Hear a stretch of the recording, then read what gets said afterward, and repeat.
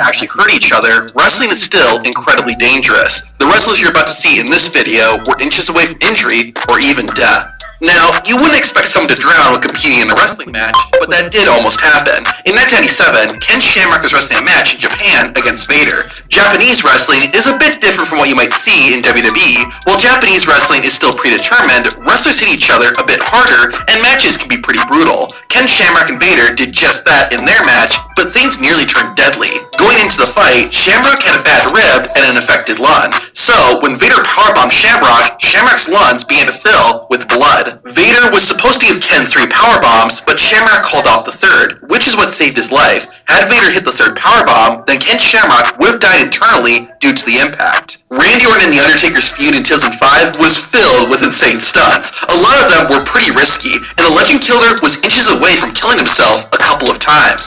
One episode of SmackDown saw Randy Orton sit The Undertaker on the back of a car, to which Randy Orton then drove into the SmackDown set. However, the middle panel was the only one that was rigged to break away, and there was very little room for error. Had Randy been off by just a few inches, he could have seriously injured himself or The Undertaker. I had a few angels with me that day, so did Taker. However, this was not the most dangerous stunt Randy Orton and The Undertaker did during their feud. At No Mercy, Randy and his father fought Taker in a casket match. The Ortons won and then set the dead man on fire. Oh, come on now! Oh my God! Get out here! Somebody get out here! Surprisingly, Randy Orton was the one who was actually in danger of being set on fire. After the Ortons had closed the casket, The Undertaker escaped through a secret compartment and hid under the ring. However, as Randy was bathing the casket in kerosene, the flammable liquid was spilling on the Viper. I didn't even realize it, but my boots up to my knees were soaked in kerosene.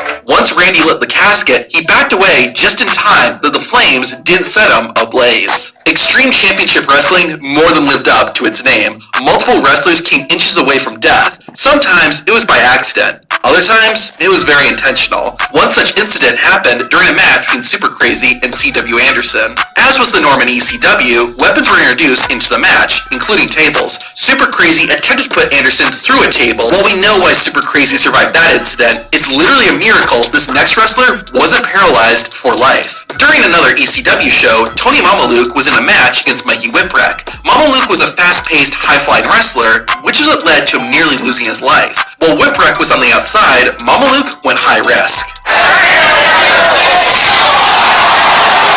The back of Tony Mamaluke's head and neck slammed into the metal guardrails. Mamaluke was slow to move after the accident, and the match soon came to an end. However, Tony Mamaluke didn't suffer any life-altering injuries and continued to compete for several more years. This next wrestler was not even inches, but literally centimeters from losing his right arm. During his WCW career, Goldberg was involved in a feud with Bret Hart. Part of the storyline saw Goldberg chase Hart out of the arena. In his rage, Goldberg went and smashed the windows of a nearby limousine. To pull off the stunt, Goldberg had a small piece of pipe concealed in his black gloves. However, after breaking the first window, Goldberg dropped the pipe. Since he was on live TV, he couldn't pick up the pipe. So instead, Goldberg literally smashed the rest of the windows with his bare hand. However, this caused a shard of glass to slice an artery in Goldberg's arm. The WCW superstar lost a lot of blood before getting into the emergency room, and it was so bad that Goldberg nearly had to have his arm amputated. The doctors were able to prevent that, but Goldberg was out of action for several months simply because he dropped the pipe.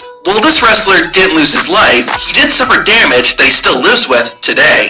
Early in his career, Perry Saturn was wrestling a match in ECW against Pitbull No. 2. Not surprisingly, the fight spilled out into the crowd. Perry then hit a moonsault off the middle rope and into the outside. However, Pitbull didn't catch Saturn correctly, causing Saturn's head to hit the floor. Perry Saturn's skull was busted open, but despite that, Saturn acted like nothing was wrong and finished the match. However, the accident did give Perry chronic traumatic encephalopathy, or CTE. What makes the story a little bit heartwarming is what Perry Saturn would do years later. In December 2000, Perry Saturn was wrestling a match on Monday Night Raw against Chris Jericho. Unlike the incident with Pitbull, Saturn's match with Jericho was a standard wrestling match. Plus, Perry and Y2J had wrestled each other several times before, so it seemed like it couldn't be a more safe environment. During their fight, Jericho went for a moonsault from the middle rope, just like what Perry had done years earlier. However, something was off, and Chris's head began to plummet straight towards the mat. Saturn's quick reaction allowed him to use his right leg and arm to protect his opponent from a serious injury. Had Perry not done that, what happened to him years earlier is what could have happened to Chris Jericho. As you saw with Randy Orton, WWE wrestlers have to be versatile. It's not uncommon for wrestlers to learn how to perform dangerous stunts in a short amount of time, like when Kane had to learn how to set himself on fire safely.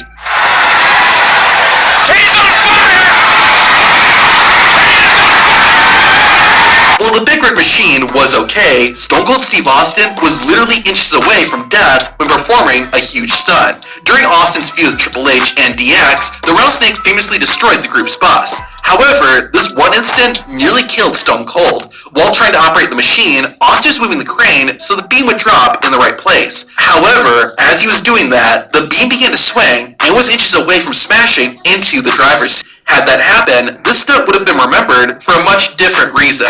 Unfortunately, this wasn't the only stunt that nearly killed Stone Cold Steve Austin. During Stone Cold's feud with The Rock, one incident saw Steve Austin run over The Rock's car with a monster truck, then drive up to the ring. While waiting for his cue to enter the arena though, Steve Austin was waiting inside the monster truck and began to breathe in the fumes from the giant vehicle. Stone Cold was waiting for so long, they started to have trouble breathing. Had it been any longer, Austin admits he would have died. Look at how fast Roddy Piper can make a beer bottle disappear. Just checked it, does not see. You might think that the bottle was made from sugar glass, like what they use in movies. However, that was a real glass bottle Piper hit himself with, as evident by the cut it gave him. This was without a doubt a very dangerous stunt, and it's more than likely that Piper felt the effects of it after the segment was over. We've seen in other clips how dangerous it is for a wrestler to dive to the outside, but the person taking the move is also in a lot of danger, as you'll see here. Early in X-Pac's career, he was wrestling a match when his opponent hit a senton to the outside. X-Pac's opponent was okay, but X-Pac was not. The featured D-Generation X member hit his head on the concrete floor, which knocked him out. The other wrestler had to literally pull X-Pac's body into the ring to pin him and end the match. Once he got to the hospital, doctors discovered the accident created a blood clot in X-Pac's brain. While X-Pac didn't die, he was told that he would never wrestle again. Never only lasted 4 months, and X-Pac was back in the ring and eventually found himself competing in WWE. This next wrestler was inches away from breaking his neck. In January 2024 on AEW Dynamite, Sting and Darby Allin fought Konosuke Takeshita and Powerhouse Hobbs in a tag team match. Hobbs and Takeshita had taken control of the match and gained up on Darby. They then grabbed Allin by his arms and legs and chucked him across the ring. However, Darby Allin had too much momentum, causing his head to collide with the rope. Allin was okay, but the accident looked ugly. Unfortunately, not everyone is as lucky as Darby Allin. Some wrestlers have gotten seriously hurt and even died in the ring. To see that,